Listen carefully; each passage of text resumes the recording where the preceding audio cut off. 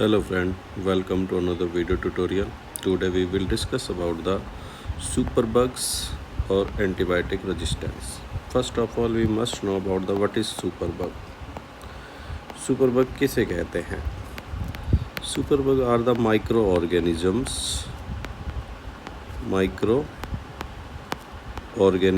which are resistance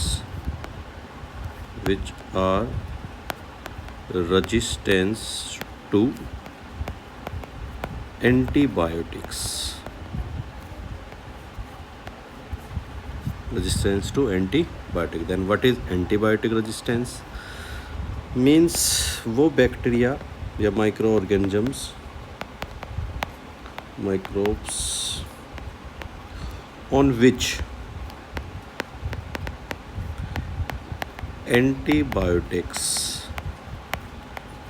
could not produce effect.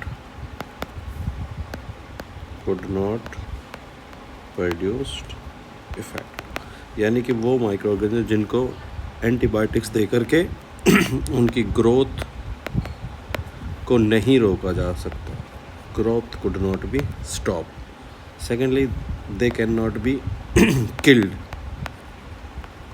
उन्हें मारा भी नहीं जा सकता एंटीबायोटिक्स दे करके. तो ऐसे बैक्टीरिया जिनको रोका नहीं जा सकता, ग्रोथ को जिनको मारा नहीं जा सकता, वो सब क्या कहलाते हैं? एंटीबायोटिक रेजिस्टेंस कहलाते हैं.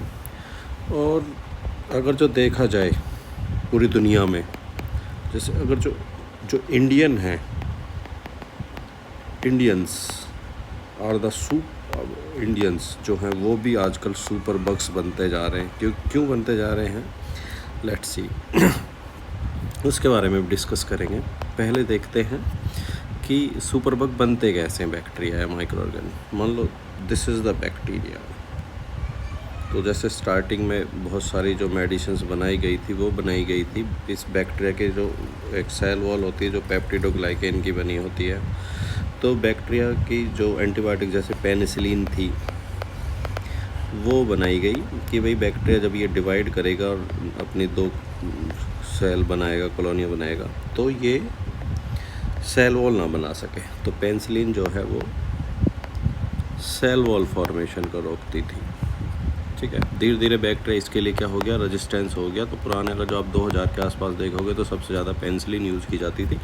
लेकिन अब आजकल आप देखते हो पेनिसिलिन किसी भी दुकान पे नहीं मिलती क्योंकि बैक्टीरिया इसके लिए रेजिस्टेंस हो गया, तो हम इसको यूज़ नहीं कर सकते. इसी तरीके से आप लोगों ने सुना है माइकोबैक्टीरियम ट्यूबरकुलोसिस, यानी कि वो बैक्टीरिया जो टीबी कॉज करता है. ये भी एंटीबायोटिक रेजिस्टेंस है बहुत ज़्यादा. अब टीबी का इलाज बड़ा मुश्किल हो गया है इसके कारण से. इसी तरीके से निमोनिया है ना, स्ट्रेप्टोकोकस निमोनी जो है उसके लिए जो बैक्टीरिया है वो भी बड़ा मुश्किल हो गया उसको कंट्रोल करना क्योंकि वो भी सुपर बग हो गया. तो एक्चुअल में बैक्टीरिया करता क्या है? जैसे कि हमारे इंडियंस को सुपर बग क्यों कहा गया? चलो देखो, ये एक बैक्टीरिया है. बैक्टीरिया के पास 2 डीएनए होते हैं. एक उसका क्रोमोसोमल डीएनए और एक होता है उसके पास प्लाज्मिड डीएनए. तो प्लाज्मिड डीएनए जो होता है इस पर होते हैं रेजिस्टेंस जीन, जो एंटीबायोटिक्स के लिए रेजिस्टेंस जीन्स होते हैं. तो जब ये बैक्टीरिया के ये एक दूसरा बैक्टीरिया जिसके पास रेजिस्टेंस जीन नहीं है किसी एंटीबायोटिक, उसके पास प्लाज्मिड नहीं है. तो जब ये एक दूसरे के कांटेक्ट में आते हैं दोनों बैक्टीरिया, तो ये एक कॉन्जुगेशन ब्रिज बना लेते हैं और उस कॉन्जुगेशन ब्रिज के रास्ते से ये बैक्टीरिया अपना एक कॉपी बना करके डीएनए की इसको दे देगा. तो लास्ट में दोनों जो बैक्टीरिया हैं इन दोनों के पास एक एक प्लाज्मिड कॉपी होगी और एक एक इसका खुद का डीएनए होगा. तो इस तरीके से इसने अपना रेजिस्टेंस जीन इसको दे दिया. एक तो ये तरीका है. दूसरा, कुछ बैक्टीरिया क्या करते हैं अपने डीएनए में म्यूटेशन कर लेते हैं और वो म्यूटेशंस बेनिफिशियल हों बैक्टीरिया को, मतलब जीन्स को एंटीबायोटिक रेजिस्टेंस जीन दे लेती हैं. कुछ बैक्टीरिया क्या करते हैं बहुत स्पेशल मैकेनिज्म अपनाते हैं. जैसे कैंसर की सेल भी यही मैकेनिज्म अपनाती है जिनको MDR चैनल्स बोलते हैं, ट्रांसपोर्टर, है ना. इसी तरीके से जैसे इस बैक्टीरिया को हमने कोई एंटीबायोटिक्स दी, तो जैसे ही हमने इसको मीडियम एंटीबायोटिक्स मिलाई या इसको खाने को दी, तो इसने क्या किया अपनी बॉडी पे थोड़े छोटे छोटे आइनोफोर बना लिए. जैसे आइनोफोर बैक्टीरिया यूज करता है आयंस के अपटेक के लिए। और ये इन चैनल्स के थ्रू जो भी मेडिसिन इसके अंदर गई एब्जॉर्ब की, इसने तुरंत की तुरंत बाहर निकाल दी लाइक ए वेस्ट प्रोडक्ट। तो इसने इसको तुरंत की तुरंत क्या निकाल दिया, बाहर निकाल दिया एज ए वेस्ट प्रोडक्ट, है ना। तो इस तरीके से ये खुद को रेजिस्टेंस बना लेते हैं। तो एक ये तरीका हो गया। दूसरा तरीका ये है कि ये बैक्टीरिया जो है, जो बाहर से हम एंटीबायोटिक्स देते हैं, उन एंटीबायोटिक्स को अपने लिए यूज कर लेते हैं। और मतलब यूज करने का मतलब ये है कि ये अपने डीएनए में मॉडिफिकेशन करके कुछ ऐसे एंजाइम बना लेते हैं जो एंजाइम इन जो बाहर से एंटीबायोटिक्स आई है उनको ब्रेक डाउन कर दे। तो ये उनको ब्रेक कर देते हैं। तो इस तरीके से खुद को रेजिस्टेंस बना लेते हैं। तो दुनिया भर के तरीके हैं। बैक्टीरिया मतलब अलग अलग टाइप के बैक्टीरिया अलग अलग टाइप के अडेप्टेशंस दिखाते हैं ताकि वो खुद को एंटीबायोटिक से रेजिस्टेंस बना सकते हैं। और ये एक नेचुरल फिनोमिनन है जिसको हम कह देते हैं नेचुरल सिलेक्शन, कि भाई किसी को सर्वाइवल फॉर फिटेस्ट के नाम से भी जानते हैं। तो बैक्टीरिया इसमें बहुत जल्दी, क्योंकि उनकी लाइफ साइकिल छोटे है, तो खुद को जल्दी से अडेप्ट कर लेते हैं। हम ह्यूमन बीइंग भी लगातार कर रहे हैं। अब बात करते हैं सुपर बग इंडियंस। अब अगर जो आप इंडिया के लोगों को देखोगे, ज़्यादातर जो हम जैसे ग्रामीण इलाके में रहते हैं तो ज़्यादातर देखते हैं कि एक पर्सन है कोई भी, उसको फीवर आ गया। फीवर आने पर उसको डॉक्टर ने उसको डोज दी 3 डेज़ की। उसने पहले 2 दिन डोज ली नॉर्मली 2 डेज़ की, लेकिन तीसरे दिन की डोज नहीं ली कि उसको लगा कि मैं तो ठीक हो गया, आई एम ओके। तो उसने तीसरे दिन की डोज नहीं ली, दवाइयाँ बची रह गई। एक तो ये कारण है। तो जो बैक्टीरिया जो है वो उसका जो साइकिल था वो 3 डेज़ में पूरी तरीके से ख़त्म होने वाला था, लेकिन उसने 2 दिन ली। तो बैक्टीरिया मान लो 90% बैक्टीरिया की ग्रोथ रुक गई, लेकिन 10% बैक्टीरिया अभी भी वहाँ पर सर्वाइव कर रहा है। लेकिन अगर वो तीसरे दिन लेता तो ये 10% भी मर जाता, तो 100% किलिंग हो जाती। लेकिन उसने केवल 90% की डेथ हुई, ये 10% अभी बच गया। अब जो 10% बैक्टीरिया बच गया है वो अपने अंदर कुछ चेंज लाएगा, जो ऊपर मैंने बताया डीएनए में मॉडिफिकेशन करेगा या किसी के साथ कॉन्जुगेशन करेगा या कुछ भी करेगा और अपने डीएनए में चेंज लाएगा। और जो उसने पहली बार मान लो फर्स्ट टाइम उसे जैसे पेनिसिलिन दी गई होगी, तो उस पेनिसिलिन के लिए खुद को रेजिस्टेंस बना लेगा। अब अगली बार जब इस बंदे को जैसे पूरी तरीके से इन्वेजन नहीं हुआ, मतलब बैक्टीरिया का डिस्कार्ड नहीं हुआ पूरी तरीके से, तो जैसे अब ये बैक्टीरिया धीरे धीरे दोबारा से ग्रोथ करेगा, तो 10 दिन या 15 दिन बाद उस बंदे को फिर से फीवर आ जाएगा। फीवर आएगा तो वो डॉक्टर के पास जाएगा, अगेन वो मेडिसिन लेगा, पेनिसिलिन देगा, वही डॉक्टर किसी और के पास जाएगा, उसी के पास जाएगा तो फिर से ये मेडिसिन अब उस पर काम नहीं करेगी, तो उसका फीवर नहीं उतरेगा। तो फिर दूसरे डॉक्टर के पास जाएगा, दूसरे डॉक्टर ने मान लो दे दिया उसको स्ट्रिप्टोमाइसिन। इसी तरीके से ये स्ट्रिप्टोमाइसिन ले लेगा तो सेम पैटर्न पे वो फिर दोबारा से 3 दिन की दवाई देगा। 3 दिन में से उसने 2 दिन खाई, बुखार उतर गया, फिर दोबारा नहीं खाई, 1 दिन की छोड़ दी, तो फिर 10% बैक्टीरिया रह गया। वो 10% बैक्टीरिया भी स्ट्रिप्टोमाइसिन के लिए भी खुद को रेजिस्टेंस बना लेगा।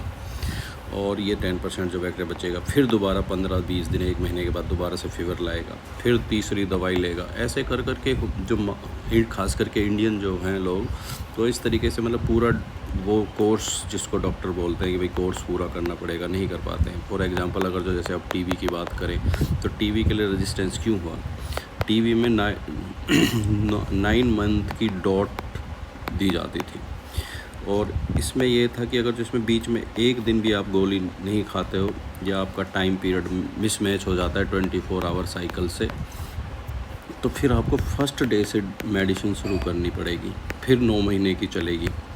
तो जो इंडियंस थे वो क्या करते हैं, 9 महीने की गोली बीच में किस दिन गैप मार गए, वो कर गए, और फिर कहते हैं हमने 90 दिन खा ली। तो बैक्टीरिया पूरी तरीके से एलिमिनेट नहीं हुआ, और बैक्टीरिया ने खुद को उसके लिए रेजिस्टेंस बनाता गया, ले करके कहीं से दूसरे रेजिस्टेंस दूसरे उससे। और इस तरीके से आज इंडिया में टीबी का इलाज करना बड़ा ही मुश्किल है। अब तो बस उसको ग्रोथ कंट्रोल मेजर दूसरे तरीके से किया जा रहा है। ज़्यादातर बैक्टीरिया जो है इंडिया में रेजिस्टेंस हो गए। तो इस तरीके से जो इंडियंस हैं अब वो उन पर बहुत सारी मेडिसिन्स काम नहीं करती हैं। एक दूसरा, इंडिया में जैसे अगर जो आप अमेरिका से तुलना करो तो वहाँ पर 0.25 mg की टैबलेट भी बहुत बड़ी मानी जाती है। इंडिया में आप लोग देखो कोरोना काल में 650 mg की टैबलेट आप लोगों को खिलाई गई है। कहाँ 650 mg और कहाँ 0.25 mg, दोनों में अंतर देख लो, कितना बड़ा अंतर है। वहाँ 1 mg की गोली भी बड़ी है, बहुत बड़ी है, मैं तो कह रहा हूँ 0.25 है, यहाँ 650 mg खिलाई जा रही है भाई साहब। तो ये ओवरडोज कहलाता है। और हम इंडियंस ऐसे ही बार बार मेडिसिन्स को पूरा ना ले करके हर बार मेडिसिन्स की क्वांटिटी बढ़ाई जा रही है, फिर उसकी क्वालिटी बढ़ाई जा रही है, और हम धीरे धीरे क्या होते जा रहे हैं, एंटीबायोटिक रेजिस्टेंस। तो अब आगे चल कर के हमें इन बीमारियों को इलाज करने में बड़ी मुश्किल होगी। और इस तरीके से तो मेरा आप लोगों से निवेदन यही है कि आप या तो दवाइयाँ लें, डॉक्टर से लें, रिकमेंडेड दवाइयाँ लें, और अपना कोर्स पूरा करें। जब तक कोर्स पूरा नहीं हो जाता है तब तक दवाइयाँ ना छोड़ें, या फिर आप दवाइयाँ ले ही ना, बेटर ऑप्शन है। आपकी बॉडी, अगर जो आप